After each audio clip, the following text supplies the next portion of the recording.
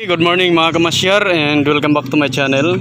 So disclaimer mga kamasyar, no animals were harmed in the making of this video. Ito mga kamasyar yung ating mga alaga ngayon. Siniparate ko na sila mga kamasyar sa every cage na ito.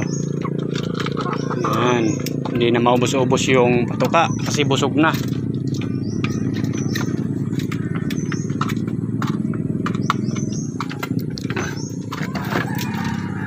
Pinurga ko na to mga kamasyar para maging maayos na yung kanilang pangangatawan, ano? Kasi kailangan natin purgahin para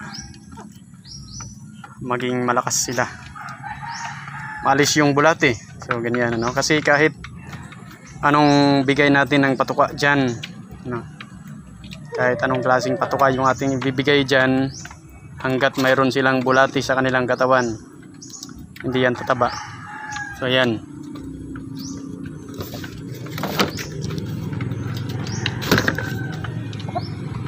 Nilagyan ko na rin ng tubig, ano, para pagkatapos kumain, so diretso na sa tubig.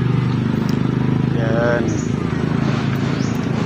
So ito yung aking gagawing broodcock. Ito yung first batch ng aking pagpapalahi. Lemon mga kamasyar.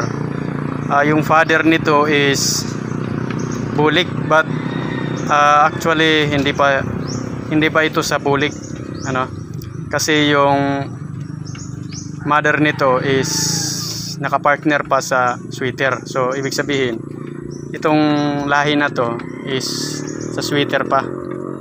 So lemon sweater, ano, lemon yung broodhen, sweater yung broodcock. So yung broodcock nito ay one times winner na.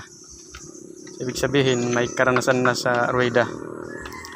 So ito yung kanyang unang palahi, or ito yung aking unang palahi dito, ano. So yan mga kamasyar, ito lang yung tinira ko kasi kawig kasi ito ng broodcock, yellow legged yung kulay niya. So ganyan, ano, at saka yung palong niya Pecom.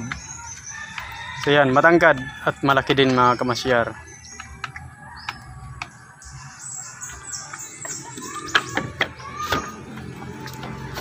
So ito yung isa, bulik, na. So yan. So ito naman yung isa mga kamasyar, ano. So yan.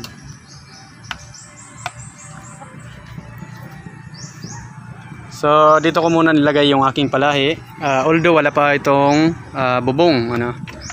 So ibig sabihin exposed pa sa init at saka sa ulan.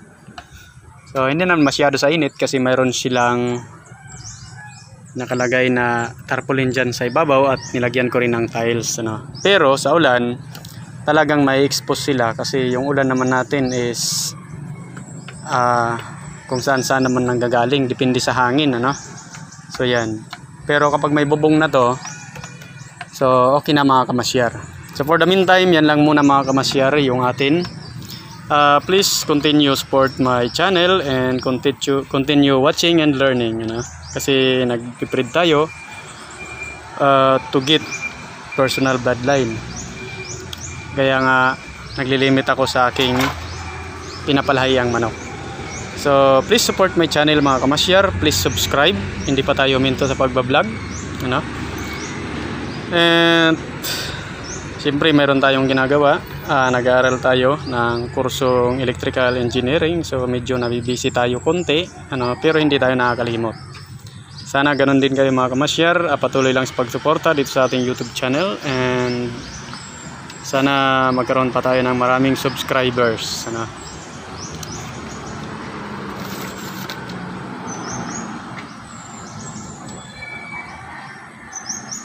Yan lang mga kamasyar. Thanks for watching.